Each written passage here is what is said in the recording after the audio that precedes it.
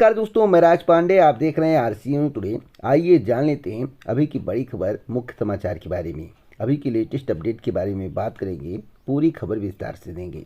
सच को सच कहेंगे, झूठ को झूठ कहेंगे, ना पक्ष ना विपक्ष वल्ली निष्पक्ष।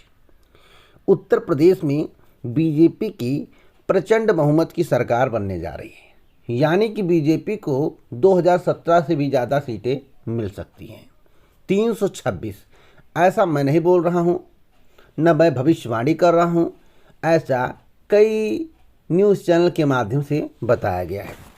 एक एक खबर मैं आपको विस्तार से दूंगा, एक एक पॉइंट समझाने का प्रयास करूंगा। साथ साथ मैं आपको बता दूं एग्जिट पोल कैसे बनाया जाता है, किससे पूछा जाता है, कहाँ पूछा जाता है। आपके जहन में सवाल है और उस सवाल का जवाब इस वीडियो में आपको मिलने वाला है, इसलिए आप वीडियो को पूरा देखते रहिएगा। जैसा कि आप अपनी स्क्रीन पर जो सर्वे देख रहे हैं, यह सर्वे एजेंसी के माध्यम से किया गया है। अगर हम बात करें TV9 भारत की, तो भाजपा को 211 से 225, सपा को 146 से 160।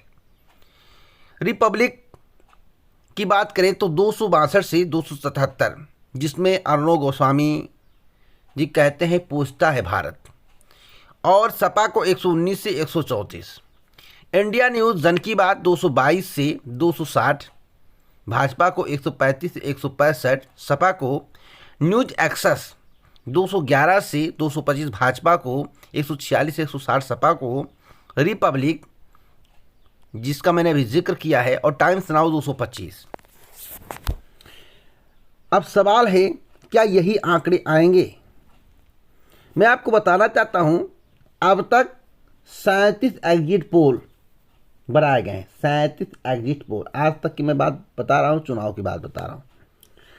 और 37 में से 90% एग्जिट पोल गलत हुए हैं। एग्जाम्पल के रूप में मैं बताना चाहता हूँ दिल्ली का एग्जिट पोल, एग्जाम्पल के रूप में बताना चाहता हूँ 2015 में बिहार का एग्जिट पोल, एग्जाम्पल के रूप में बताना चाहता हूँ पश्चिम बंगाल का एग्जिट पोल। तो एग्जिट पोल सही हो जाए या सही नहीं है, और गलत हो जाए या भी सही नहीं है, कुछ भी हो सकता है। लेकिन जो आंकड़े बताए गए उसी के बीच में रह जाए या पूर्णतः गलत है। अब एग्जिट पोल कैसे बनाया जाता है, आपके जहन में सवाल होगा। और सबसे ज़्यादा सीटें देने वाली एजेंसी का मैं नाम बताना चाहता हूँ, और चैनल का नाम सुन लीजिए, आज तक। आज तक पे 326 सीटें अधिकतम दी गई हैं, यानी कि 2017 से भी बेहतर।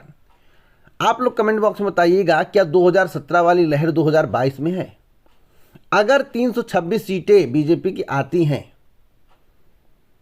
तो आप मान कर चलिए, ना बेरोजगारी का कोई मुद्दा था, ना किसान आंदोलन का कोई मुद्दा था, ना महंगाई का कोई मुद्दा था, कोई मुद्दा हावी नहीं था। और राशन जो बंट रहा था, उससे सभी कास्ट के लोग बीजेपी को वोट कर दिए हैं। साथ साथ भविष्य में होने वाला चुनाव बेरोजगारी, महंगाई, किसान पर नहीं होगा, हिंदुत्व पर होगा, 80-20 पर होगा। और अगर यह नतीजा 10 मार्च को पलटता है, जिस प्रकार से पश्चिम बंगाल में पलटा, दिल्ली में पलटा, बिहार में पलटा, इत्यादि राज्यों में पलटा, आप लोग देखे होंगे, अगर पलटता है तो यह माना जाएगा कि बेरोजगारी मुद्दा था, किसान आंदोलन मुद्दा था, इत्यादि मुद्दे हावी थे। और मीडिया के सामने जो कहा गया उससे विपरीत हो गया, यानी कि जो पब्लिक मीडिया के सामने बोल रही थी वह उससे कुछ अलग करके आई है। मैं आपको बताना चाहता हूं, जो भी एग्जिट पोल में बताए जा रहे हैं या सही भी हो सकते हैं, गलत भी हो सकते हैं। अब एग्जिट पोल कैसे किया जाता है, आपके जहन में सवाल होगा। कितने लोगों से पूछा जाता है? जैसा कि आपको मालूम होगा कि उत्तर प्रदेश की आबादी बहुत है। 7 चरण का चुनाव समाप्त हुआ, उसके बाद एग्जिट पोल आया। पहला चरण और दूसरा चरण, तीसरा चरण माना जा रहा था कि सपा को एज है, यानी कि सपा बढ़त में है। लेकिन टीवी सर्वे को माने तो पहले चरण में सपा साफ है, यानी कि सपा को मात्र 8 सीटें मिलेंगी और बीजेपी को 49 सीटें मिलेंगी। अब इसमें कितनी सच्चाई है मैं नहीं जानता हूं, लेकिन इतना मैं बताना चाहता हूं, अगर इसमें सच्चाई है, सपा को 8 सीटें मिलेंगी केवल और भाजपा को 9 सीटें, तो इसका मतलब है किसान आंदोलन कोई मुद्दा नहीं था, किसानों का कोई भी प्रभाव नहीं हुआ।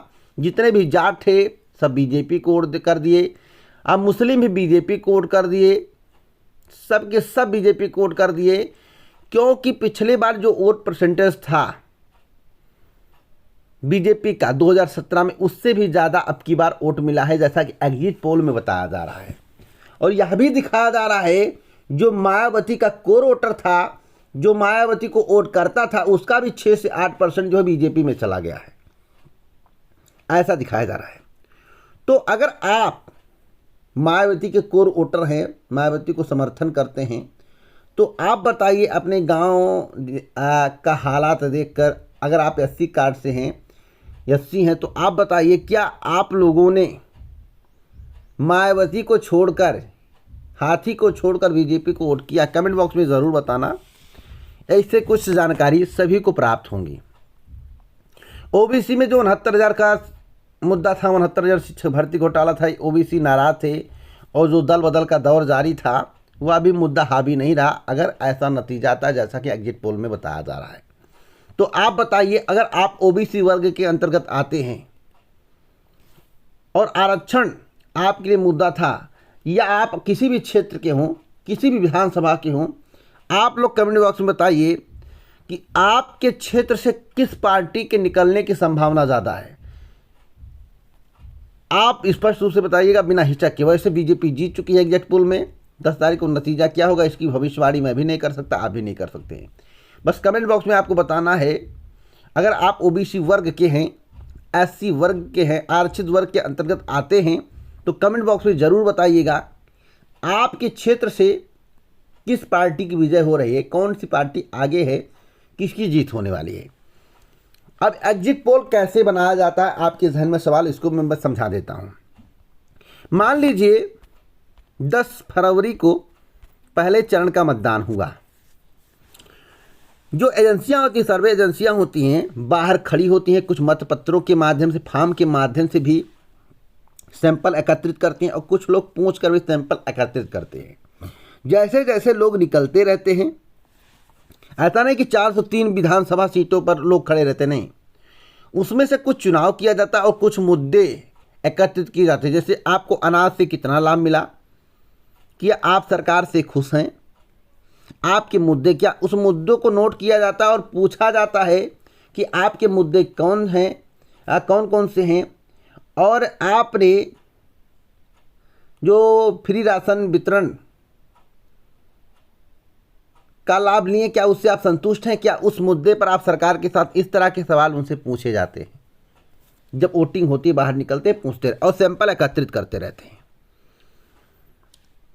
अब मैं आपको बताना चाहता हूं, चाहे एससी हो या ओबीसी हो या जनरल हो, जनरल में भी फ्री राशन लोग पाते हैं, एससी में भी फ्री राशन लोग पाते हैं, ओबीसी में भी लोग फ्री राशन पाते हैं।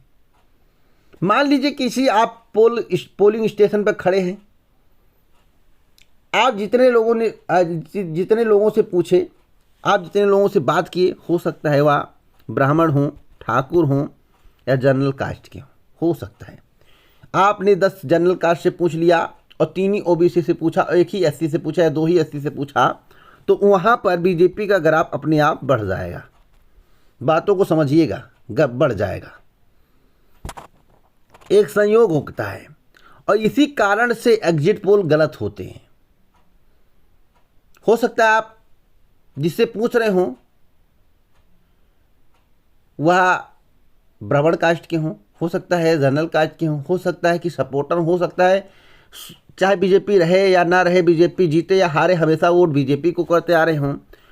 तो आपने एक पोलिंग बूथ से 50 सैंपल उठाए, कम से कम इसी प्रकार से 403 विधानसभा में 20,000 25,000 सैंपल जुटा लिए। 250 विधानसभा में 20 से 25,000 सैंपल जुटा। अब उसी सैंपल में एक आंकड़ा निकाला जाता है, उसी आंकड़े के आधार पर बता दिया जाता है कि भैया इनकी सरकार आ रही है, इतने सीट पा रहे हैं। एग्जिट पोल, यही एग्जिट पोल होता है। गड़बड़ी कहाँ होती है? मान लीजिए 10 ब्राह्मण से मैंने बात किया तो 10 में कम से कम 7 ब्राह्मण बीजेपी के समर्थन में रहेंगे। ठाकुर से बात कर लिए तो कम से कम 8 ठाकुर बीजेपी के समर्थन में रहेंगे, या 10 के 10 भी हो सकते हैं। लेकिन अगर आप चौधरी से बात करेंगे यानी कुर्मी से, अगर आप दलित से बात करेंगे तो हो सकता है दलित 10 में 8 बीएसपी के साथ रहें, हो सकता है 10 में 10 बीएसपी के साथ रहें। तो यह जानना ज़रूरी है सैंपल जुटाते समय कि हम किस कास्ट से पूछ रहे हैं। या तो सभी कास्टों से बात की जाए, इस तरह सैंपल बनाना चाहिए। 20 ब्राह्मण से पूछ लिए, 20 ठाकुर से पूछ लिए, 20 लाला से पूछ लिए, हर कम से कम हर बूथ से 300 लोगों से बात करनी चाहिए। 20 दलित से पूछ लिए, मतलब सभी बिरादर से पूछना चाहिए, तब एग्जिट पोल अगर निकाला जाए तो सही होता है। पश्चिम बंगाल का एग्जिट पोल क्यों गलत हुआ, बिहार का एग्जिट पोल क्यों गलत हुआ, दिल्ली का एग्जिट पोल क्यों गलत हुआ, आप लोग समझ सकते हैं इसी कारण से गलत होता है। मैं किसी एग्जिट पोल का खंडन नहीं करता हूं, बस इतना कहना चाहता हूं कि 100 में 90% एग्जिट पोल गलत होते, 10% सही होते हैं। हो सकता है 10% में कल का एग्जिट पोल आ जाए, यानी कि बीजेपी को 225 से 300 सीटें मिल जाए। हो सकता है बीजेपी 140 145 पर भी टिक जाए। बस इतना मैं कहना चाहता हूं, जिसकी भी सरकार बने युवाओं के बारे में सोचे। लेकिन मैं इतना आपको बता देना चाहता हूं कि 10 मार्च के बाद कुछ ऐसा होने वाला है जो आप शौक रह जाएंगे। और साथ साथ मैं आपको बता दूं,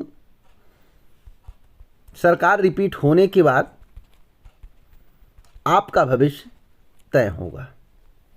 इससे ज़्यादा मैं कुछ नहीं कहूँगा। अब अगली भर्तियों के बारे में आइए जान लेते हैं। सीटेट के बारे में बात करेंगे। सीटेट परीक्षा परिणाम जल्द जारी होगा। वैसे परिणाम तैयार हो चुका, जैसा कि मेरे द्वारा बताया गया था। 10 मार्च के बाद परिणाम जारी किया जाएगा, तो आप लोग 10 मार्च के बाद इंतज़ार करिए, यानी कि 12 से लेकर 20 के बीच में परिणाम आएगा। सब काम कंप्लीट है। चुनाव प्रचार था, सब कुछ था, चुनाव का माहौल था, इसलिए अभी इस पर कोई एक्शन नहीं लिया गया, ना कोई डिसीजन हुआ है। उत्तर प्रदेश में नई भर्तियों का हाल तो मैं आपको बता दूं, उत्तर प्रदेश की सभी भर्तियां 2023 में कंप्लीट होंगी। इससे पहले किसी को ज्वाइनिंग नहीं मिलेगी। क्यों नहीं मिलेगी? एग्जिट पोल के अनुसार इक्का दुक्का जिसकी प्रक्रिया पूरी हो चुकी और डीबी होना बाकी था, उनको ज्वाइनिंग 2022 में मिल सकती है। यूपी टेट का परिणाम कब तक आएगा? यूपी टेट के संबंध में इस चैनल के माध्यम से बहुत पहले बताया गया है। अप्रैल में परिणाम आएगा, उससे पहले परिणाम नहीं आएगा। तो इसी प्रकार की ऑथेंटिक जानकारी मैं आपको देता रहता हूं। एक और महत्वपूर्ण खबर है, परीक्षा का अतिरिक्त मौका जटिल मुद्दा, ऐसा यूपीएससी का कहना है। उत्तर प्रदेश में भी अतिरिक्त मौका मांगा जा रहा है। घोषणाएं भी की गई थी मंच के माध्यम से, और वर्तमान सरकार के द्वारा अतिरिक्त मौके की कोई बात नहीं की गई थी। तो इसका मतलब है कि सरकार रिपीट होने के बाद अतिरिक्त मौका आपको नहीं मिलेगा। आपको अपने भविष्य के बारे में कुछ अलग सोचना होगा। कुछ अलग सोचेंगे तभी आपका भविष्य तय होगा। तो जिसकी भी सरकार बने, युवाओं के बारे में सोचे समझे। और मैं आपको बता दूं, मैं ज़्यादा उतावला नहीं होता हूं, बस इतना कहना चाहता हूं, हमेशा बेरोज़गारों की बात करूंगा, आम जनता की बात करूंगा, राजनीतिक मुद्दों पर चर्चा करूंगा। मेरा यही काम है। और मैं इतना कहना चाहता हूं, जब भी कुछ बोलूंगा सही बोलूंगा, रिजल्ट चाहे जो आए। इसी प्रकार की ऑथेंटिक जानकारी के लिए चैनल को सब्सक्राइब करें, बेल आइकन दबाएं, ऑल पर सेट करें। जय हिंद, नमस्कार।